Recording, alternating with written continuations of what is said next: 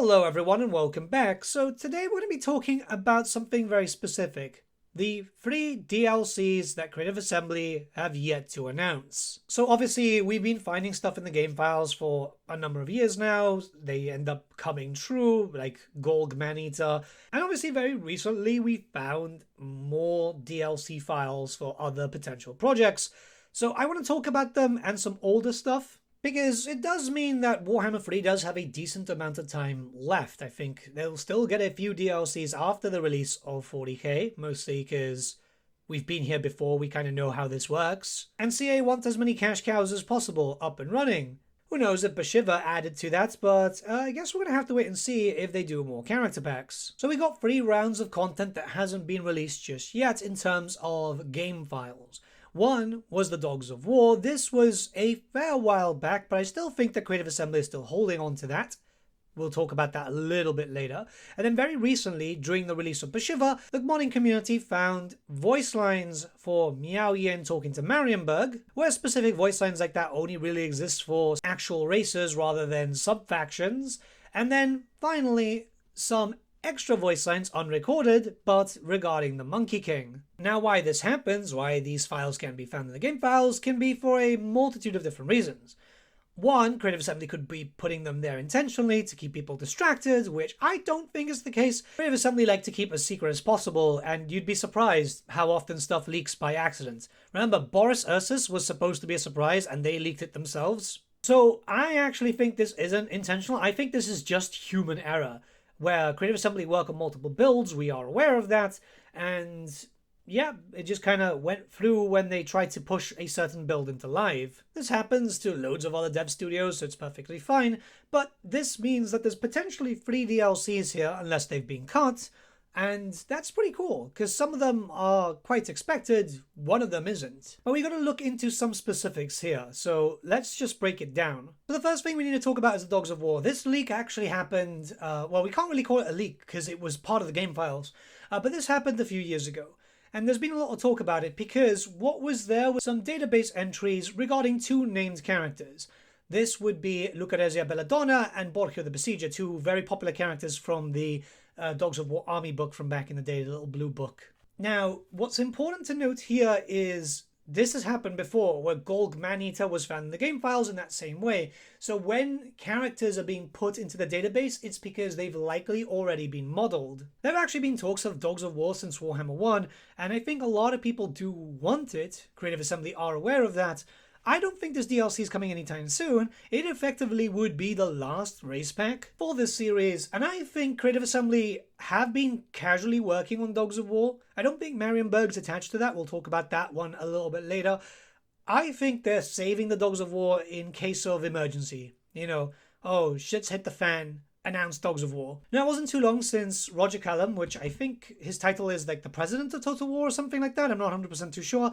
But he says like, well, you know, stuff gets cancelled. There's a lot of stuff that never gets seen. I don't think that's the case for the Dogs of War, because it's such an easy win. While it's another human faction, and yes, I know some people will be going in the comments going, whoa, I don't want another human faction. Yeah, the humans will sell.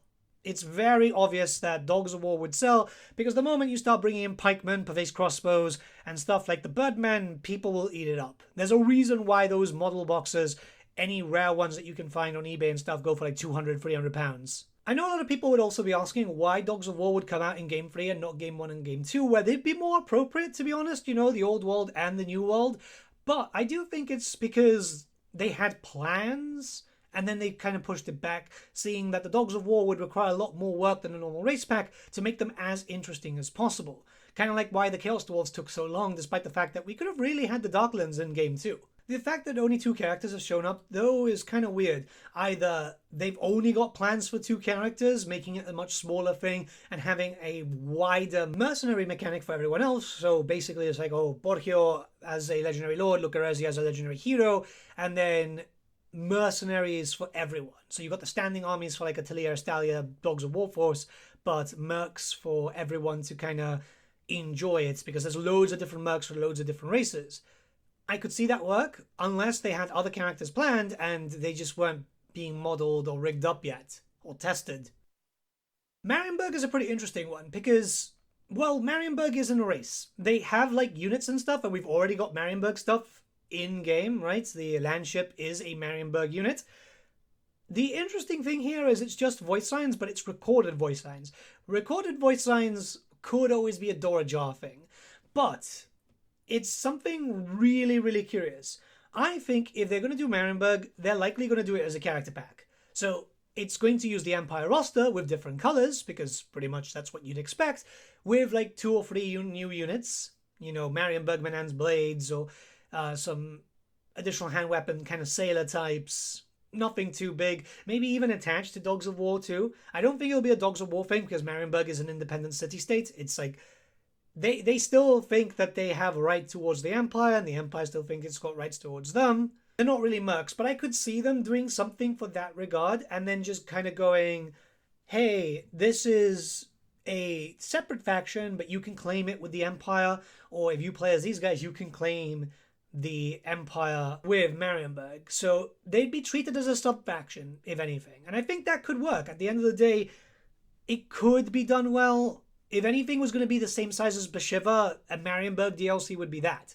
There's not really much that I could see for it, but hey, you never know if they do something alongside Games Workshop, because Marienburg does actually have a lot to do with the Great War Against Chaos, at least through the early aspects of it, so it's possible. While they are treated as separate IPs, it is important to note that, you know, Kislev, Cafe, all those new minis ended up in both Warhammer 3 and also Total War. So it's one of those things where there's a rule, but I think the rule is more of a suggestion, and Games Workshop just enforce it whenever they want to, or Creative Assembly aren't really just like fighting for it.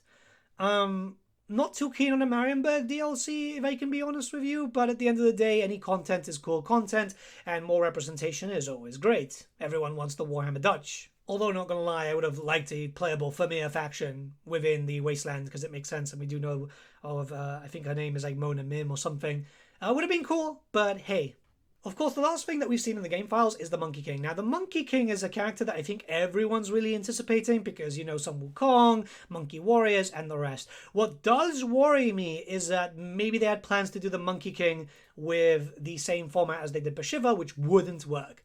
They need to use the Monkey King as a race pack or a sub-race pack, something completely new, larger than a character pack, maybe around the same size, if not a little bit bigger, as one of the individual Lord packs, because there needs to be variety. I don't want to use this whole thing like they went all, go full Tiger with Beshiva with 3 units and then a bunch of content, which they've removed from the game, by the way. They've removed it in the last few patches. I said this a while back, character packs work for races already established that don't need extra like big context, like the Empire, Greenskins, and the rest.